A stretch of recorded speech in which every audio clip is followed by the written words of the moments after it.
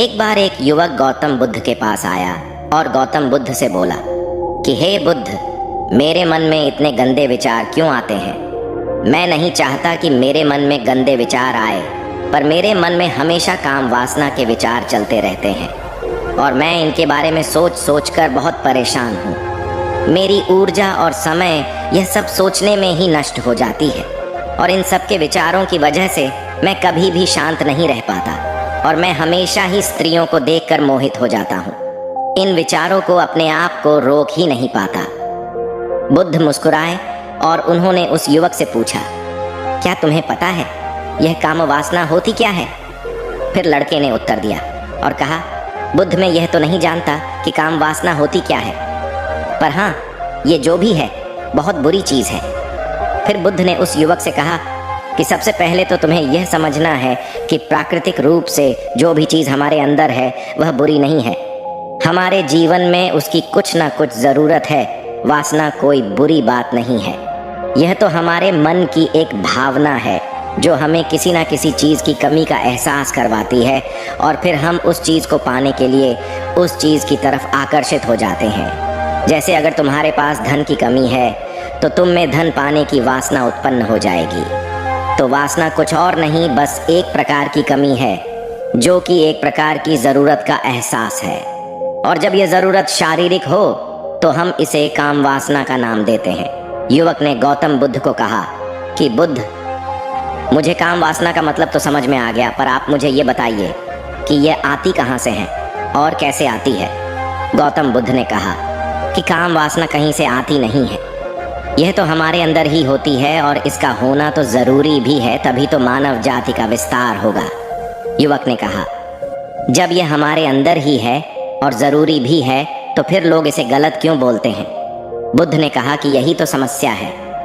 लोगों ने काम वासना को गलत तरीके से सोच लिया है।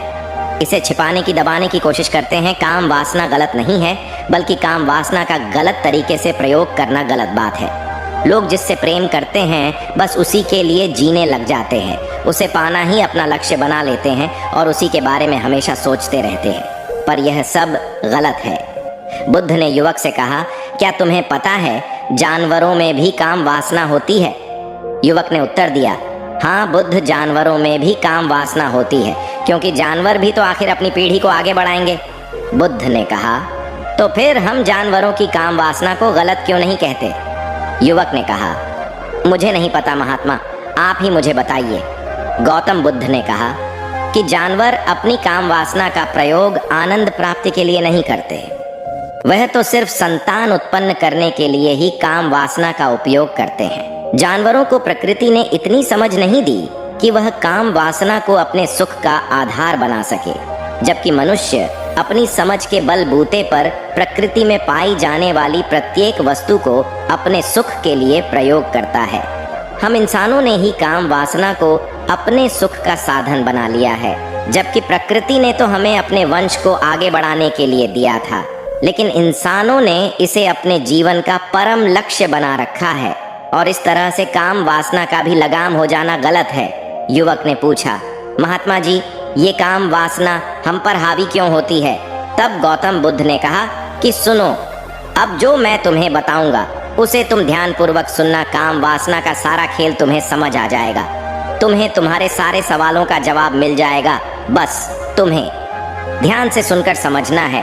एक बार की बात है, एक आश्रम में गुरु और उनके शिष्य रहा करते थे, जो रोजाना आश्रम के बाहर स्थित गांव में भिक्षा लेने के लिए जाते थे। उस आश्रम का एक शिष्य जिस गांव में भिक्षा लेने जाता था, उस रास्ते में एक नदी पड़ती थी। एक दिन उसने देखा कि एक लड़का पेड़ के पीछे छिपा है। वह उस लड़के के पास गया और उससे जाकर बोला, भाई, तुम इस पेड़ के पीछे छिपकर क्या देख रहे हो?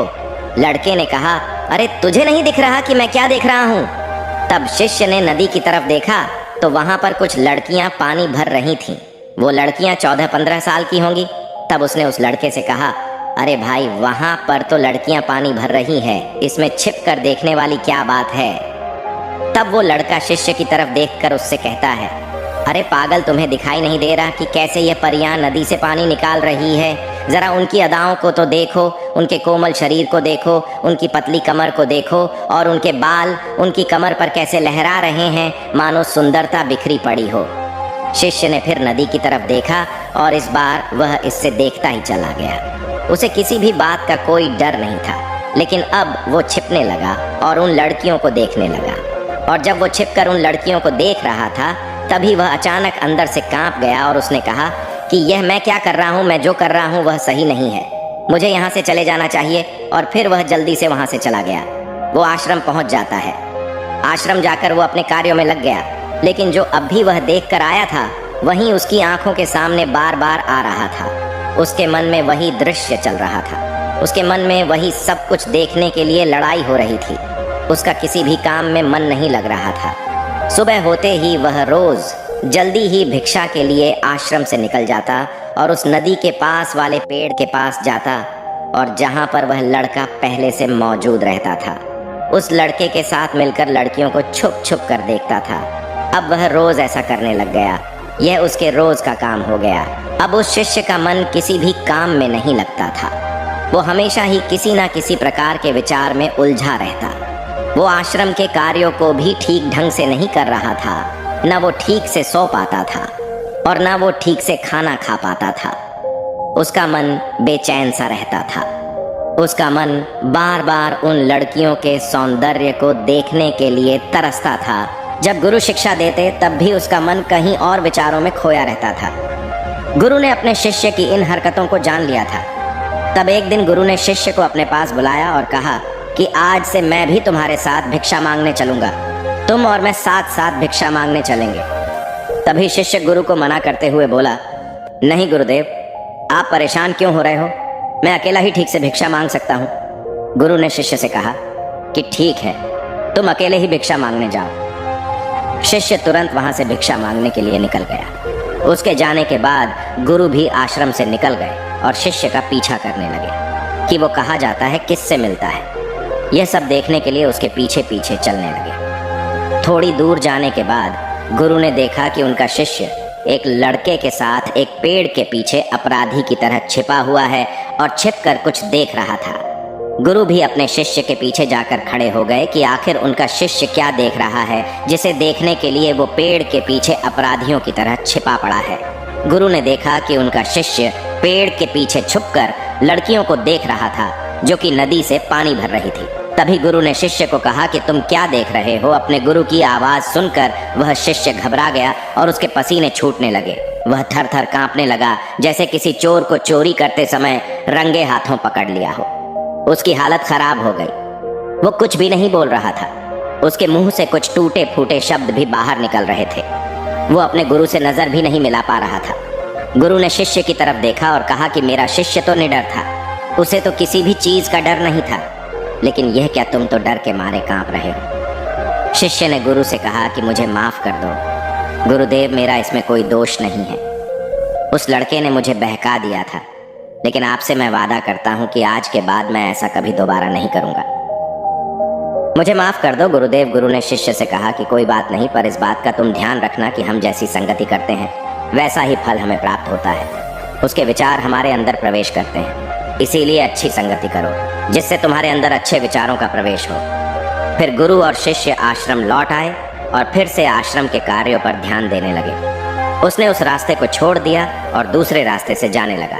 वो अपने काम को ध्यान से करता, लेकिन धीरे धीरे उसके अंदर क्रोध उत्पन्न हो गया और फिर वो दूसरों पर क्रोध करने लगा और बेचैन रहने लग गया। अब वो सही समय पर भोजन भी नहीं करता था, वो भोजन भी बहुत कम खाता था। एक रात गुरु शिष्य के पास आए और उसे बोले कि अब तक तुमने कितनी बार अपना वादा तोड़ दिया।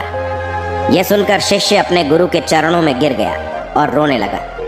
रोते रोते ही उसने गुरु से कहा कि गुरुदेव, मैं कई बार अपना वादा तोड़ चुका हूँ, फिर वादा कर लेता हूँ, लेकिन हर बार मैं वादा तोड़ देता हूँ। मेरा मन मेरे नियंत्रण में है ही नहीं। मैं बहुत कोशिश करता हूँ कि मैं अपने मन से सारे बुरे विचारों को निकाल डालूं, लेकिन मैं चाहकर भी ऐसा नहीं कर पा रहा हूँ। फिर गुरु ने शिष्य को कहा कि चलो मेरे साथ। गुरु शिष्य को आश्रम के बगीचे में लेकर गए और शिष्य से कहा कि देखो, यहाँ पर कुछ नालियाँ बनी हुई है जिससे नदी का पानी इन पौधों तक आ रहा है और यह पानी एक निरंतर भाव से बह रहा है। क्या तुम इस पानी के बहाव को रोक सकते हो? शिष्य ने कहा कि हाँ गुरुदेव, मैं इस बहाव को रोक सकता हूँ। फिर शिष्य ने मिट्टी उठाकर उस नाली में डाल दी। वो पानी थोड़ी देर के लिए रुक गया और फिर थोड़ी देर बाद उस मिट्टी के ऊपर से पानी बह गया। गुरु ने शिष्य से कहा, अरे ये क्या, ये तो पानी रुका ही नहीं। फिर शिष्य ने कुछ कंकड़ पत्थर उठाकर उस नाली में डाल दिए और फिर थोड़ी देर के लिए पानी रुक गया, लेकिन फिर थोड़ी देर बाद ही उन कंकड़ पत्थर के ऊपर से पानी निकल आया। फिर गुरु ने कहा कि यह क्या हुआ, पानी तो फिर से बह गया। तुम तो बोल रहे थे कि तुम इसे रोक दोगे। क्या हम किसी काम को रोकना चाहे तो क्या हम उसे रोक नहीं सकते? तब शिष्य ने कहा, कोई बात नहीं गुरुदेव, मैं इस पानी को तो आपको रोक के दिखाऊंगा।